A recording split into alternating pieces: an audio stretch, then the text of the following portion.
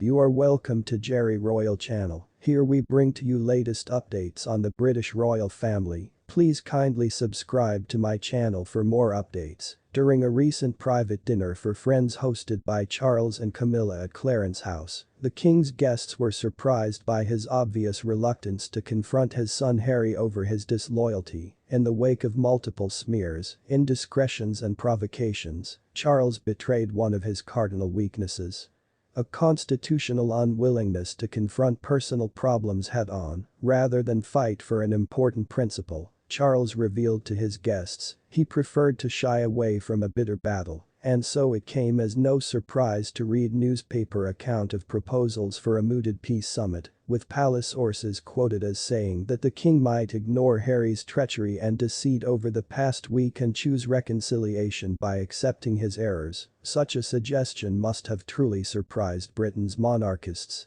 a constituency that makes up the vast majority of King Charles's subjects. The very idea that he might succumb to pressure from his younger son shows that Buckingham Palace's officials fear they are losing control of the narrative. The revelation that may well have given them most pause was Harry's claim that he had junked half the final manuscript because of its length, the clear indication being that another 400 as Diana, his difficult relationship with his own parents, and his adulterous relationship with Camilla, the embattled king, knows he has good reason to fear his son. Charles's stance is also weakened by guilt. He is sufficiently self-aware to realize that, in the wake of Diana's death, he was anything but the supportive father he should have been. All too often, at weekends and during school holidays, Harry was left in the care of his nanny at Highgrove, while his father pursued his own interests or nurtured in another home with Camilla. The chickens, Harry might say, have now come home to roost. One of the most poignant and revealing quotes attributed to Charles in Harry's book is the king's plea to his sons following Prince Philip's funeral: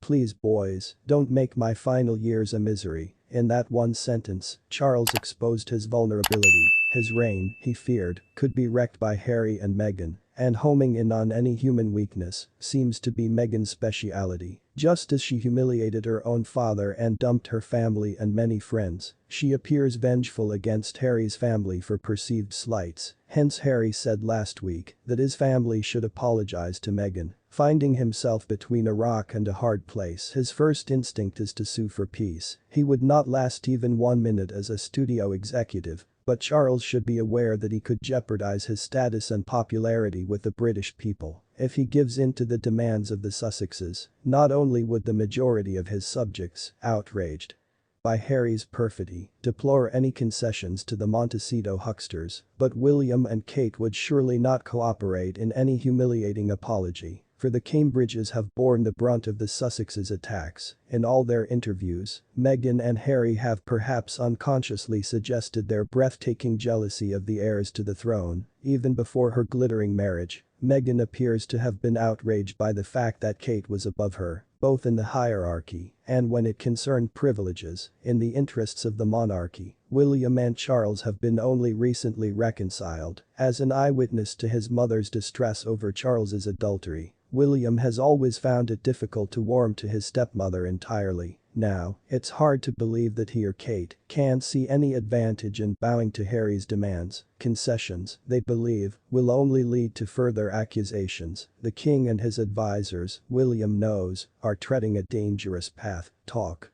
of reconciliation is a mirage. Harry and Meghan will settle for nothing less than total capitulation and victory. This war is far from over. Please subscribe to my channel to get latest updates about the British royal family. God bless.